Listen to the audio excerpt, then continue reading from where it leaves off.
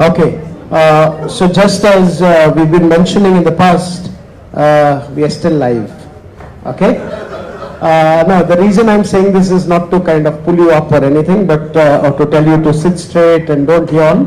The idea is because what is going on here, your prayer group back can see it, and also that program of Father Fio, we are restricted by space. Okay, so this is one of the ways we want to start reaching out, and this has already begun today. All right, so one of the things that I will speak of is also the use of media. Okay, so we are looking ahead to different ways in which we can enhance the way we reach out. Okay, so coming back to our topic, so we're looking at formation, mentoring, and service, witnessing.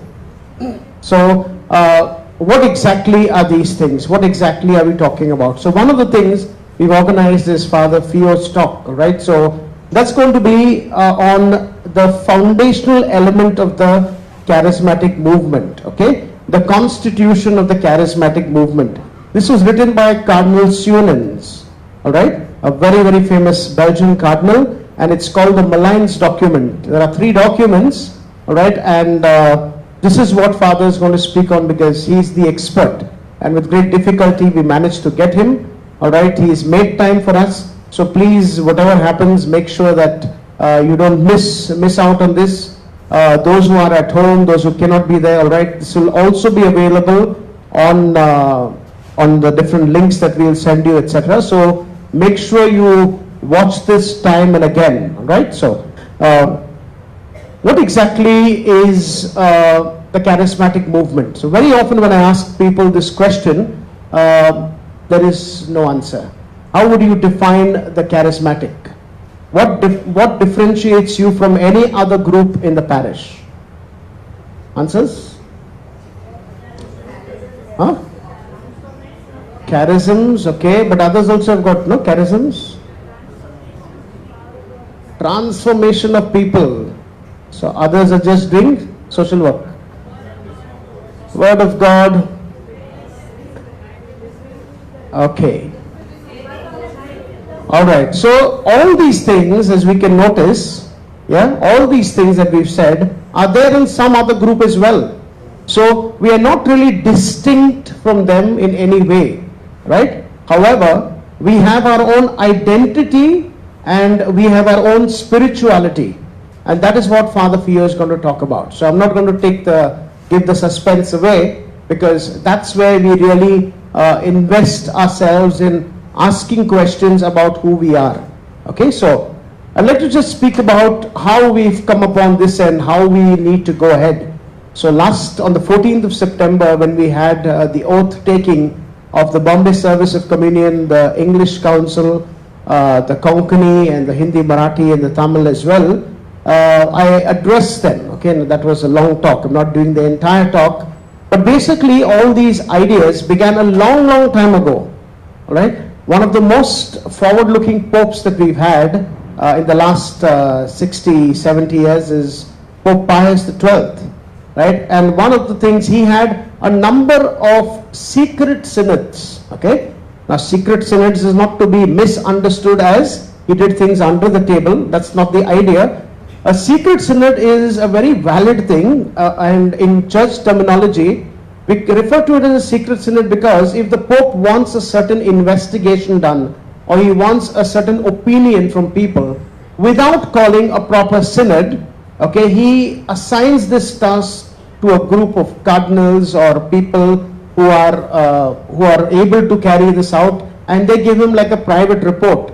And then if he feels like he needs to kind of further investigate or further call in the entire church, all the bishops, then he calls for a synod. So a secret synod is not something that's done under the table.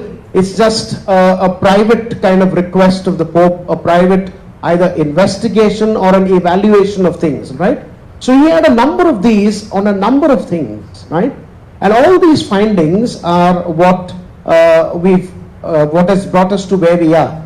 So when we look at Vatican II, the documents, the council itself was very far looking. If you read the Vatican documents, you'll be surprised to note that what we are doing today is barely scratching the surface. We've not achieved 20 to 30% of what the council fathers envisaged. Okay, so we have a long way to go. All right. However, all these began thanks to Pope Pius XII, all right, who started all these things, gave all these findings, and then Pope John the 23rd, saint now, he called for a synod. Now, what is different from Vatican II and all the other ecumenical councils of the church? All the councils of the church, right from the Council of Jerusalem in the Acts of the Apostles till Vatican I, they all dealt with problems the church was facing. So the church had a problem of some heresy, some other issues of doctrine. They called a council, they sorted things out, they defined things, all right. So, for example, we have the Apostles' Creed, and then we have the Nicene Creed, yes. So the Nicene Creed is basically the same things, except all the things that we say in the creed are expanded. Okay, because clarity was needed in certain areas. So all the ecumenical councils of the past were only dealing with problems. Vatican II is the only council that really was called without any real major problem. So no problem was really threatening the church. All right, and therefore everyone was surprised that the Pope called for a council. All right, so Pope John the 23rd was far looking. Okay, he was able to have great foresight, and he said, we've always called a council to answer questions, but we've never really called a council to ask ourselves who we are. What is the church? And so the Vatican Council documents deal with an introspection on the liturgy, on the prayer life, on everything about the church. All right. In fact, one of the documents of the church on the church was asked for at the floor of the council, and this is one of the 4 pillars of the Vatican documents, right? So, having said that, why am I telling you all these things? Precisely because from here we start moving ahead, and as we come to Pope Francis, okay, so Pope John Paul II, Pope Benedict XVI, both spoke of the new evangelization. Pope Francis took over from there, and he is kind of made charis. No? What is charis? Charis is a bringing together of all the different groups who share the same spirituality. All right? It's a bringing together of all the different groups that have the same spirituality. 2 basic requirements are there for any group to be part of charis. One is that it should be recognized as an ecumenical group or an ecclesial group. That means either the local bishop, the bishop of the diocese, or the Holy See has to recognize that group as an official group. All right. So tomorrow, if I get 5 people together and we form one group, that's not a valid group to join charis. All right. So it has to have ecclesial approval. That's the first. The second is, as part of its essence, it must have the baptism of the Holy Spirit. Okay, so if I have, for example, the Legion of Mary, all right, it's recognized worldwide, but as what is required of it, one of the things is not the baptism in the Holy Spirit. So you can be a part of the Legion of Mary, and they don't require you to undergo the baptism of the Holy Spirit. Now this is essential to the charismatic. So in every LSS, in every retreat, this is what we do. And there are many other groups who have this as well, right? So they will be part of charis. So what is the Pope doing? He's taking the common spirituality and he's putting all these groups together so that there's greater synergy and there's greater focus in the church. All right? Clear? Yes. Now, where do we go from here? What exactly is the Pope talking about? Why did he want this? Now, you will notice that in the Bible, we have 2 situations. The first is the Tower of Babel, right?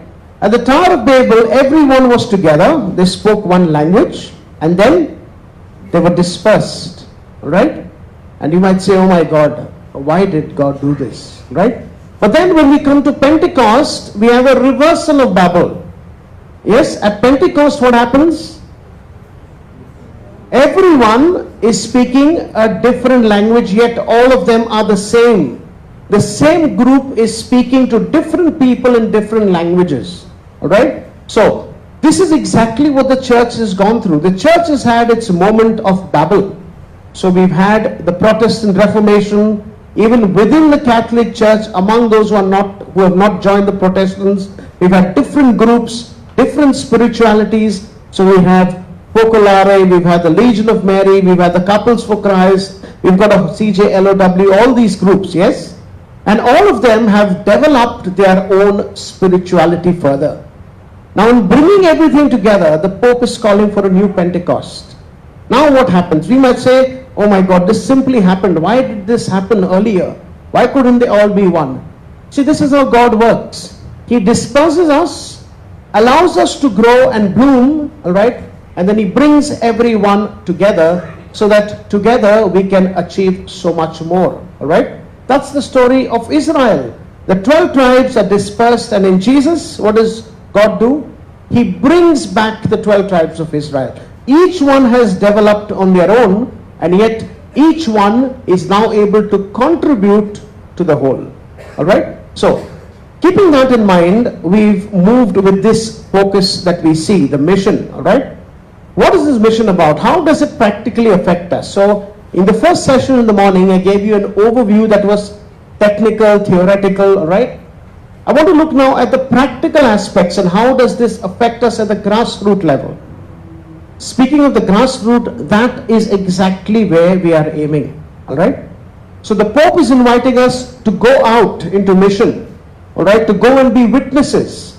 And that's precisely what we want to do. So rather than focusing at the center, we are in a process of decentralization, okay? So while the center still functions, the whole concept of the BSC and the EC is that you are able to reach out to the grassroots. Now, what we are doing is not having so many programs at the center. So you will notice that in the past, we've had a lot of programs together. Yes, we've come to Salvation Seva Kendra, or we've met at Vinalaya or somewhere else, yes? And a lot of programs organized from the center. And we recognize that this is not just difficult for people, all right? So we thank you for coming, but we also know that each one of you struggles with this thing, right? We recognize the situation in Bombay, and we recognize the traffic snarls and all kinds of problems, right? So what we want to do is twofold. One is we want to strengthen the grassroots, and therefore we want to focus on parish-based things, okay? So parish-based things, leaders, etc. One of the problems we always have when we have elections, even in your prayer groups, is, say it loud, what is the problem? No one wants to be leader. Why? Because we think of this whole concept of responsibility, but also because we've not been trained. No? So, two things. We want to lighten those burdens. Alright? We want to lighten those burdens. So, don't worry about being leaders. We are there to support you. So, the way we are going to work forward is we are taking the trouble to come and visit you. Not trouble, it's a joy. Alright? We are coming out to visit you all in your groups. I myself have gone for a number of zonal meetings, and I'll continue to do so. I am cutting down on my engagements directly to groups, okay, for two reasons. One is I want to meet more of the zones, and also we're just two of us in the parish struggling, all right? So if I go, another fellow is crucified there, all right? So we don't want too many crucifixions happening. So this is one of the reasons why I'm cutting down on those programs, all right? But we are moving out. So we come and visit you in your group when you are having a meeting, when you are having your praise and worship session. Secondly, we want to have more training sessions at the zonal level, all right?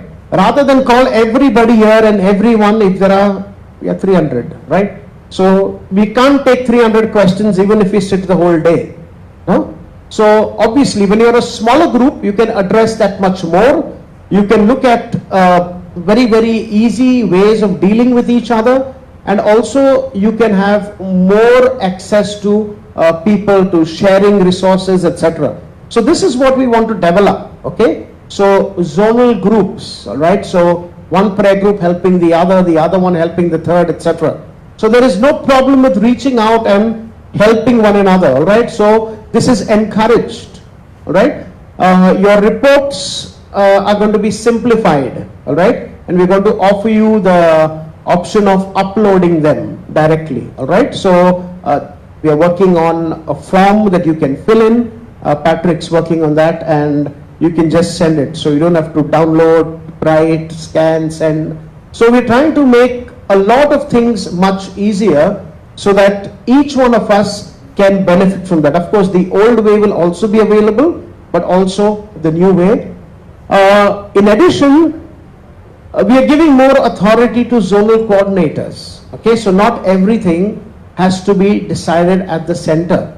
All right, not everything has to be decided at the center. So there are many things that the zonal coordinator can decide then and there, because he or she is in touch with the groups and with the reality of the situation. All right, so this is what we are encouraging.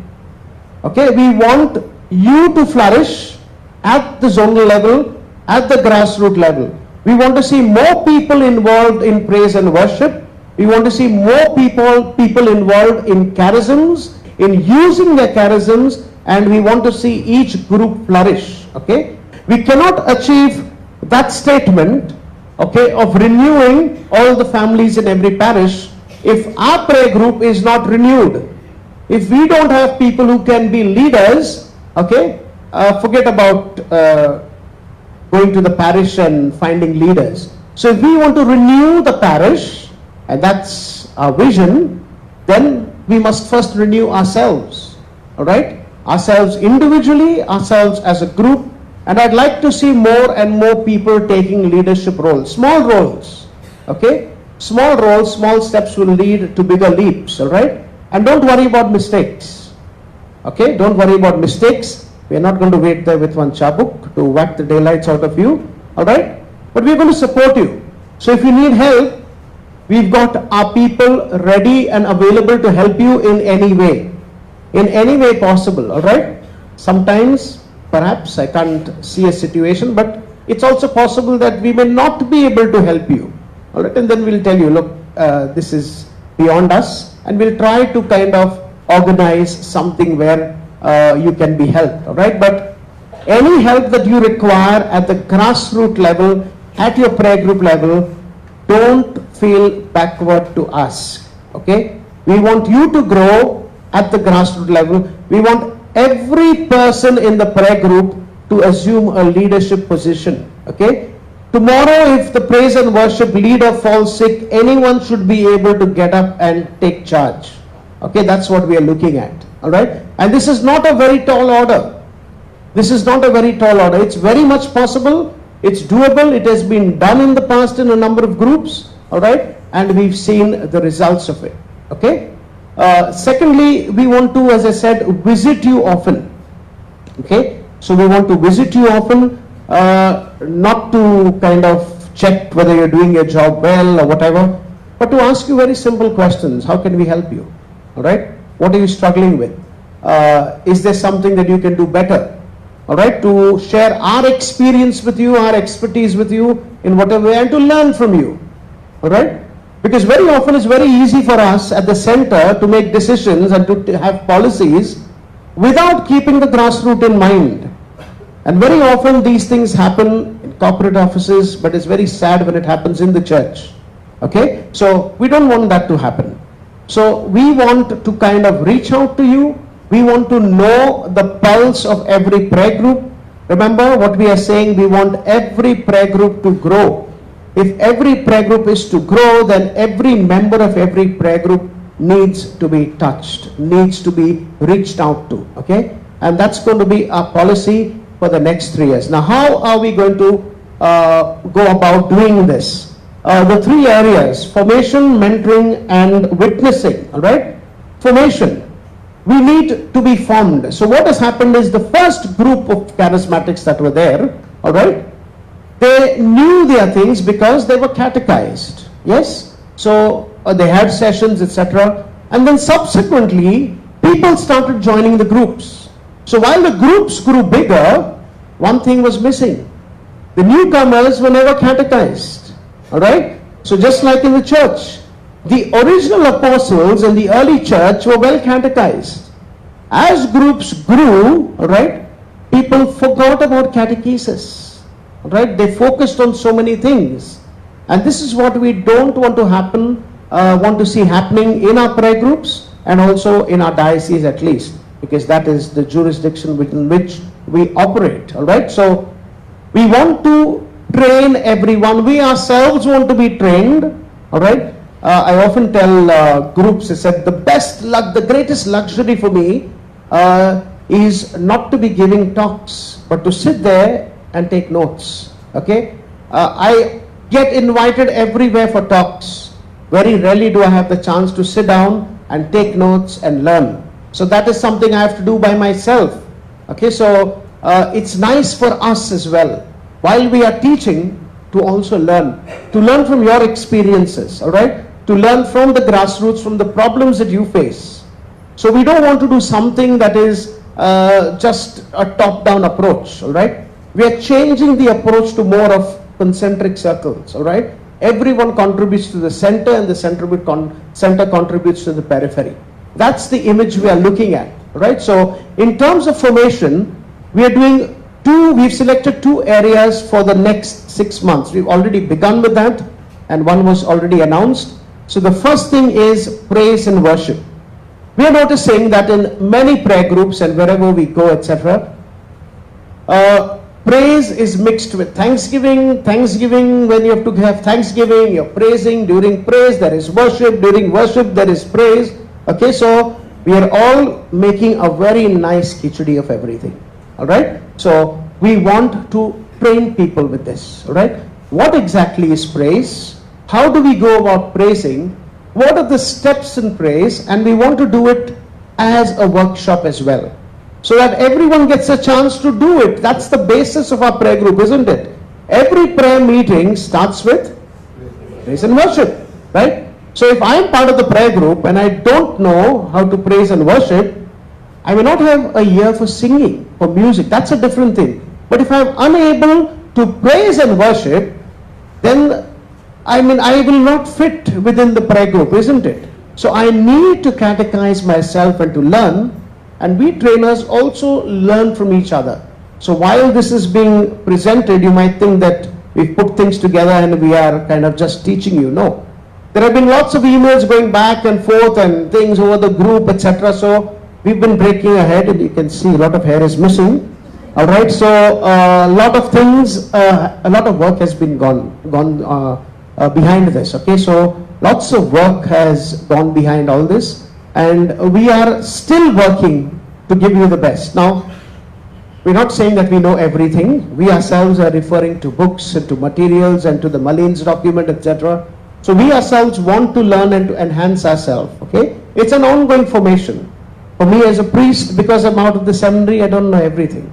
All right, I need to study, I need to learn, I need to read up. Okay, so time and again, an ongoing formation is necessary. It's inevitable for us. All right, so that's the first thing that we are doing. The second area is intercession, because again there we are having a lot of things that are everyone is just pulling in different directions, okay, and that weakens the intercession of the whole.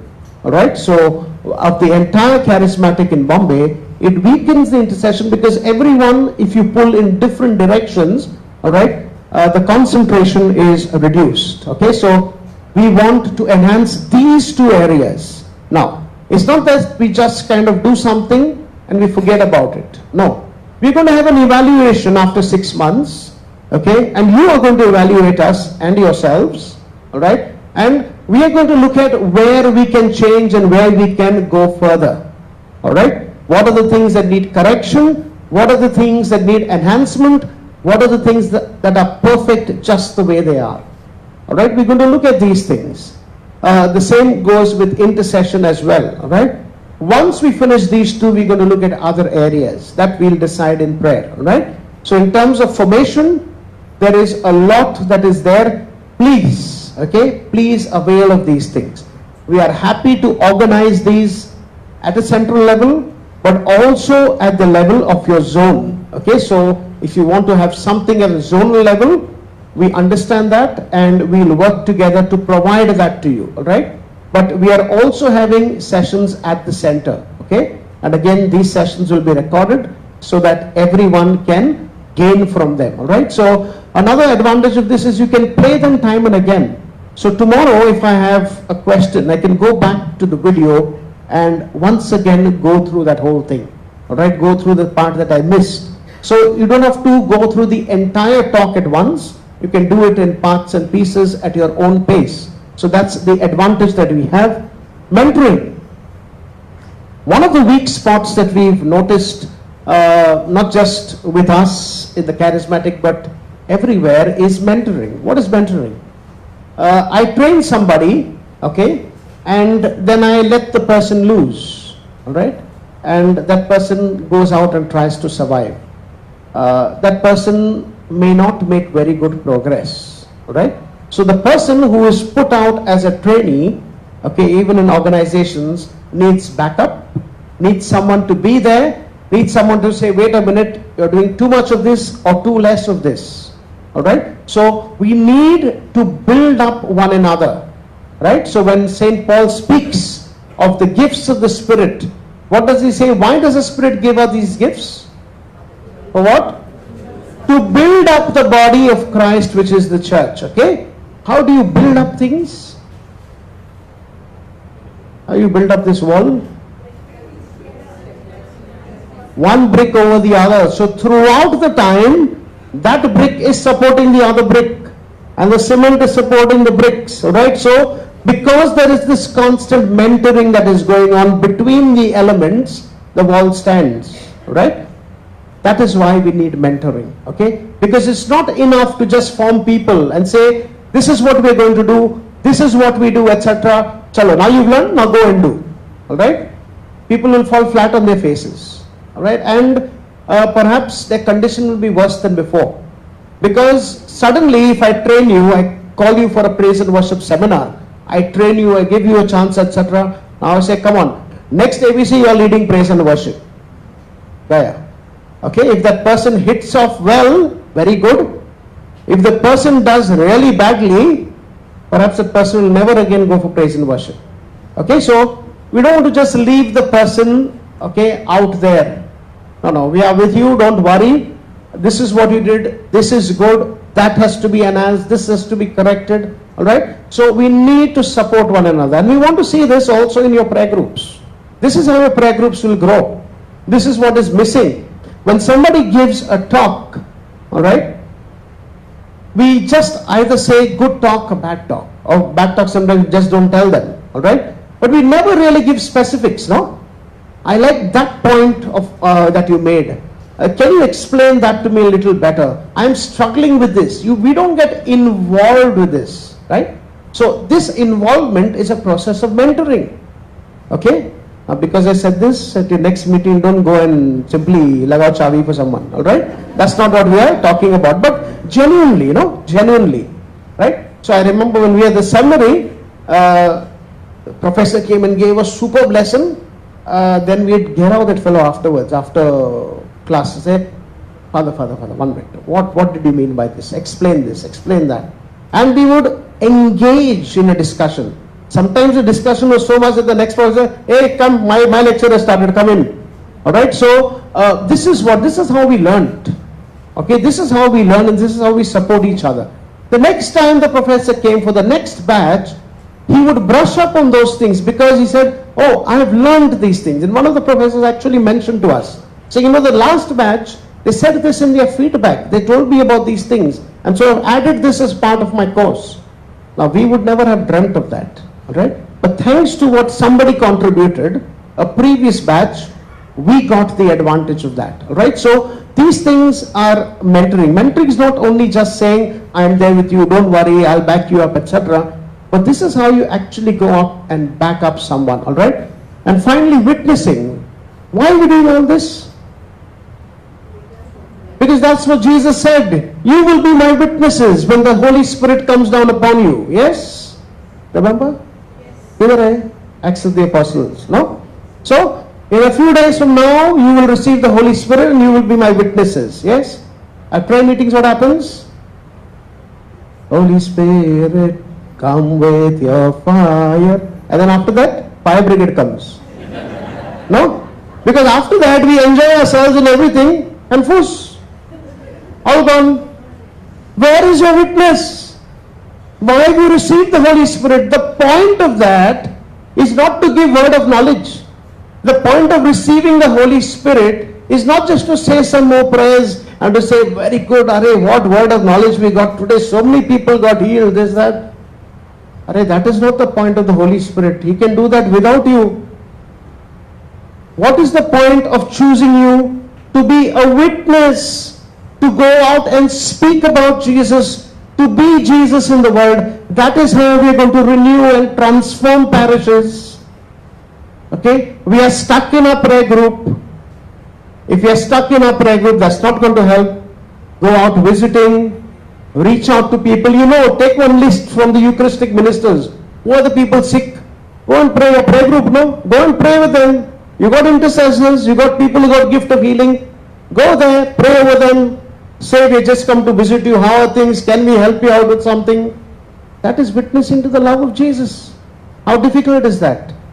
To do that once a week, I don't think is so difficult, isn't it? Even on the weekend. We have to push ourselves to look at newer areas of reaching out. Right? Very often I get this question of, Father, how do we get the youth? Youth are not joining us. The youth are not joining you because you're speaking one language, they are speaking another language. Okay, your gift of tongues, they don't understand. Alright? Their gift of tongues is without using the tongue, it's using the smartphone. Alright? They are using gift of finger, not of tongue. Alright? So you have to learn gift of finger. That's why we are doing all this recording. Alright? So you need to speak to them in a language that they understand. You need to reach out to them in a way that they understand. Look at the situation they are facing today. They don't have 9-to-5 jobs that like we had.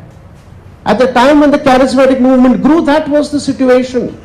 Now the situation has changed, but our way of addressing the situation hasn't changed. So what will happen? Mismatch. Okay? So even if that youth wants to come, how will he or she come? When your prayer meeting is going on, that person is busy answering one phone in on call center, busy working somewhere else, doing something else. Okay? Today there is no 9-to-5 job. Okay? Today you know when you are going into office, reporting time you know, exiting time you don't know. What time you are coming home? I don't know. That's a very good answer. I don't know. Alright? It's difficult. Okay? So the scene outside has changed. If you're going to speak the same language that you spoke 20 years ago, all right, people will not understand you today. And that's true not just with the youth, it's true with everyone. So find innovative ways of reaching out. Okay? Today, we have so many innovations which we didn't have yesterday. All right? You've got WhatsApp. Now WhatsApp has got video calling. You can group video call. And there are many other things. Some things even I don't know. Like someone said, Father, okay, I'll send you Telegram, don't worry. I said, but Telegram has stopped. He said, no, Father, not that Telegram. Like Instagram, there is Telegram also. Like, ay, Saiba. Okay? So, there are things that we don't know sometimes. Okay? Learn. Learn. That was a learning experience for me. For me, Telegram, government stopped Telegram. No, Baba, it's the online Telegram. Ye kya hota hai? Okay, so, you constantly learn. You constantly learn. Alright? You do newer and newer things. So, what we are doing is also we are encouraging you to use the media. Use videos. Okay? Record the person who's coming. Use it later on. Share it. Upload it on the Bombay Charismatic Group website. Other people can use that same talk. Alright? So, we've got so many opportunities to reach out. We don't need people coming in also. You can have a video talk, like a video chat. Right? So there are many things. I'm just throwing out ideas, okay? Some of the ideas may not be very practical, okay? I am not very technologically savvy as much as the youth of today. Little, slowly, I'm learning, all right? So, that's the point. But we've got so much at our disposal, all right? The Lord has blessed us with so much. And it would be criminal that we don't use the blessings that the Lord has given us. On one hand, we can say this is bad, okay? But whatever God creates is not bad. Whatever God allows is not bad. It's an opportunity for growth. And if you continuously look at things as bad and things to be shunned, you will never be like Jesus. Because what did Jesus do? He went to the bad, to the shunned, all right, to people who are nobody. All right, so that's our calling. That's our calling. That's what we want to do, all right? So the movement we are looking at now is this whole aspect of decentralization, and these are the areas we're looking at. Okay, so this is what we are taking for the next 3 years. All right, hopefully when the times change sufficiently, this will also change. So this is not a life sentence. Okay, this is a program for a short term, because we want to achieve the bigger goal. All right, in another 4 years, 5 years, perhaps the situation will change completely, and then we need to rethink our approach. We need to be fresh and creative every time, because that is who God is. He is the creator. He is creative. You know who's not creative? That fellow with 2 horns and 1 tail. He is a complete buddhu. You do exorcism, ministry of deliverance, he does the same stupid things again and again. So it's very easy to find out whether something comes from the devil or not from the devil. Okay, because he's got no creativity. Alright? We've got Holy Spirit, not evil spirit. So we have to be creative, okay? Don't be stagnant, alright? All the best stagnant people, you know where they are? Mahalakshmi Cemetery. Okay? Perfect peace and tranquility. Alright? Nothing changes. Modi aaya, no problem. Inflation is there, no problem. Deflation is there, no problem. Okay? Only earthquake is there is problem. Alright? So, don't wait for that to happen. Okay? So, with this, I will end this second talk. Alright? I hope you have written questions. We'll have a time for question and answers. And we hope to address a number of things here in the question and answer session. Alright? So, if you haven't written questions and you still have questions, please write them and hand them over to Patrick or any of the members of the English Council. You just put your hand up, we can come and collect them as well. Okay, thank you.